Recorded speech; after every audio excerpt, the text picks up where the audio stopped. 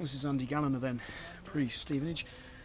Andy, not been involved on the pitch so far, but you've seen a lot of the games obviously from the bench. From your perspective, what's been going right, what's been going wrong for Cheltenham?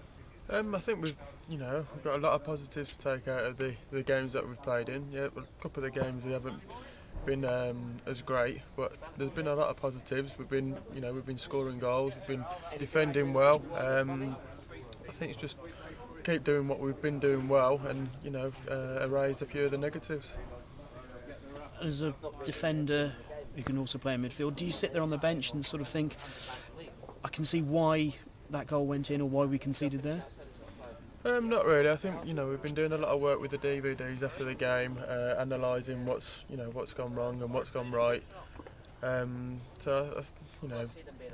goes pretty quick on the bench, and you don't really see what's happened. You don't see the whole picture. But these DVD sessions that we've been doing they've helped us, and hopefully we'll eradicate the errors we've been making. It can't be easy not playing every week and just sitting there on the bench. I suppose you've got to be ready potentially at any moment. Yeah, of course not. I've keep my head down in training, train hard, and when I'm called upon, hopefully I'll do a job. But I've said before, you don't want to be sat on the bench, but it's a team game, and I'll be looking to do my part when I get the chance. What can you do to force your way in? I think it's just a lot of what I've been doing. Just keep training hard, keep my head down, and hopefully get that chance. And when I do, I'll hopefully take it. And how hard has it been staying, possibly not even match fit for pre-season, but just sort of keeping yourself in the best possible shape? The training we do here is great. We're always, if we don't play, we're always running after the game and topping ourselves up. And obviously I haven't played the games that the boys have played, but I feel comfortable if I get the nod to go straight in. And obviously being versatile, you've got a chance that you can cover more than one position. Yeah, of course. That's a positive. We've been able to play in more than one position. And like I said before, I just keep my head down, and hopefully when I get the nod, I'll give 100% wherever the gaffer puts me. Stevenage this weekend, how important could a win be for Cheltenham just to keep the good home form going? Yeah, massively. We want to be up the right end of the table, and 3 points to put us back up there.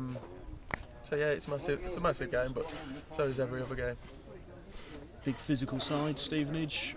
It's going to be one of those games where a battle ensues. I suppose it's about taking the chances, isn't it?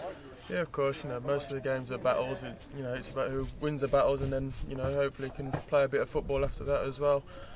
So we'll go into it as any other game, and looking to win the battle first, and then hopefully play a bit of football and get 3 points. Andy, thank you. Good luck. Cheers. Thank you. Andy, your appearances for Cheltenham have been pretty well spread between centre back, centre midfield, and then appearances at right back as well.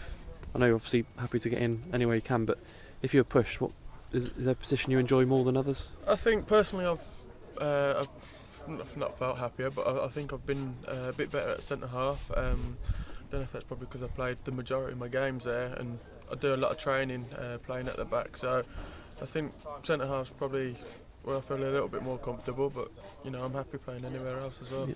And you've played under about 4 different managers, I think, and they've all seemed to have different ideas about where to put you. I mean, John Ward, I think, was the first one to put you centre back on the first day of the season when a couple of injuries, and then Martin Allen seemed to prefer you in midfield. Mark Yates gave you a run at right back last season. It's you've got to try and establish yourself in one of those positions and get a regular place, haven't you? So you've got to be the aim. Yeah, that's the aim, definitely. It's a little bit frustrating getting moved here, there and everywhere, but I've said before, I'm in the professional game, and that's what happens, so you just got to get on with it and deal with it. Yeah. How much does this reign of Mark Yates compare to the other in terms of the style of football that's being played? It's obviously seems to be more of an emphasis on attacking players. Is that? Yes, have you noticed that? I think our performances have showed that. Us going forward have been brilliant this year. We've been good at the back as well. It's just a few errors that we need to get rid of. But yeah, we've been playing some great football. Yeah, and it's not the biggest squad in the world, and the chances are your chances are going to come sooner rather than later, and then you just got to make sure you take it and make yourself undroppable, haven't you? Yeah, of course, that's the aim. Any of the lads that have been on the bench, and they just want to get the chance and give everything they've got, and hopefully they'll take that. Yeah. your chance almost came against Crewe, didn't it? I think you were told you were coming on for a second, and then the manager opted for David Bird. What was that like, sort of almost going on and then not? Yeah, there's been a couple of occasions where I thought I might come on, but it's part and parcel of football. The gaffer and the staff have got their own ideas, so you just got to deal with it. Cheers, Andy. All right.